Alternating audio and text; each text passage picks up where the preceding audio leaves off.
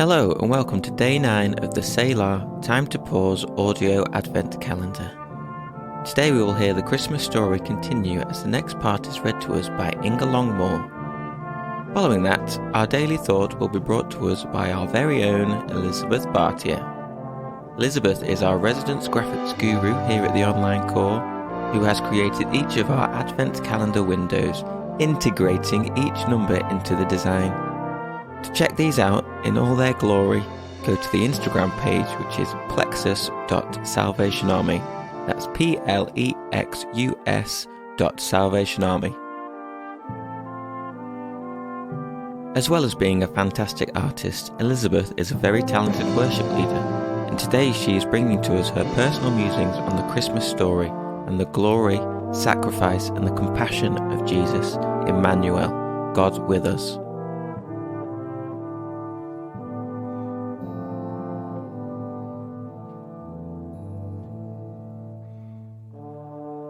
Isaiah 40 verses 1 to 5 and 7 verse 14. Comfort, comfort my people, says your God. Speak tenderly to Jerusalem. Tell her that her sad days are gone and her sins are pardoned. Yes, the Lord has punished her twice over for all her sins. Listen, it's the voice of someone shouting, "Clear the way through the wilderness for the Lord. Make a straight highway through the wasteland for our God. Fill in the valleys and level the mountains and hills, straighten the curves and smooth out the rough places. Then the glory of the Lord will be revealed, and all people will see it together. The Lord has spoken." In verse 14 of chapter 7. All right then, the Lord himself will give you the sign. Look, the virgin will conceive a child. She will give birth to a son and will call him Emmanuel, which means God is with us.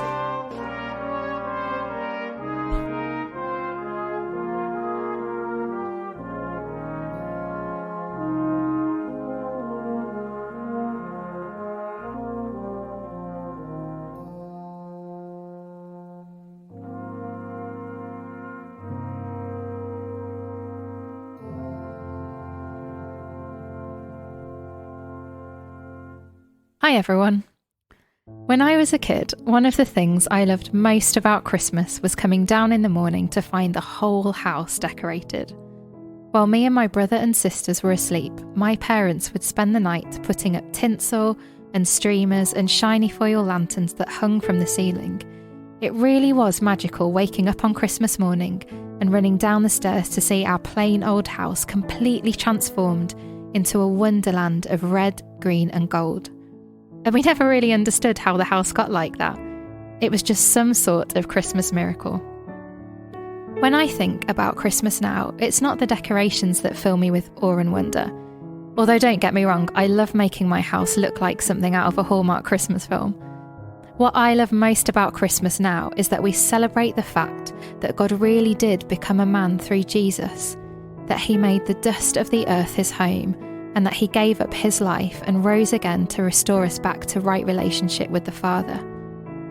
God saw the complete state that we were in and knew that we couldn't make it on our own, and so out of passionate love for us, Jesus chose to leave his throne and the glory of heaven. He chose that to step down from outside of time and into ours and become a human forever. He didn't come with any sort of fanfare or with a big extravagant party. He came the same way that 140 million other people do every year, through the mess, the pain, the emotion and the chaos of childbirth. And not even in a fancy hospital wrapped in Egyptian cotton blankets, which maybe you'd expect for a Messiah king. No, there wasn't even room for him anywhere. He was born in a grotty stable. He humbled himself and came as a helpless baby. Jesus lived as a human man, subject to all the things that we experience in our whole spectrum of emotions. God, imagine that. I sometimes wonder, what made Jesus laugh? Did Peter know some good jokes? What made him cry? What made him feel lonely and afraid? He took on our frail form and he did all of that for love. I can't really get my head around how incredible that is. In some ways, Jesus coming reminds me a bit of those Christmas mornings as a child. That sense of awe and wonder, of not fully understanding or knowing how it came to be, but getting to marvel and enjoy how he comes and transforms our hearts when we make them his home. He transforms them from something ordinary into something extraordinary, and he does that by being with us, always. It's not just a one-time deal. He didn't just come and then leave again. He came to stay, and whatever trials and hardship we face, and we've all been through a lot this past couple of years, he walks alongside us. When I've had the best times of my life, in that joy I've experienced Jesus, Emmanuel, God with me. When I've been anxious, lonely and afraid, I've experienced Jesus, Emmanuel, God with me.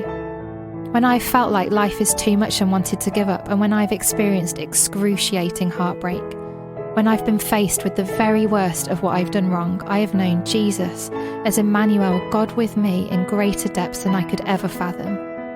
And even when I can't see him or feel him, and when it seems as if he is silent, my hope is in the fact that Jesus came to be God with me, with us, and that he didn't ever leave, that he is here now, and that there is the hope and promise that he is coming back again with all of the glory, all of the power, and all of the authority to set all of the wrong things right.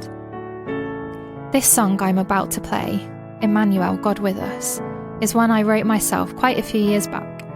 It's a gathering of some of the thoughts that I've just shared with you, and I hope that as you listen to it and as we carry on through Advent and into Christmas, that you would experience the real miracle of Christmas, Emmanuel, God with us, more than you ever have. Emmanuel.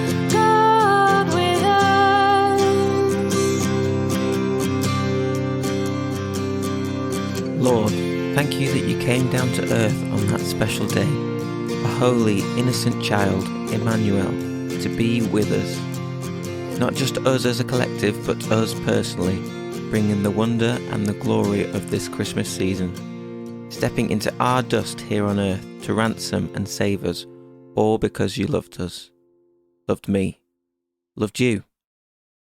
Amen. Join us tomorrow on the podcast. However you're listening, we love sharing with you as we prepare for Christmas.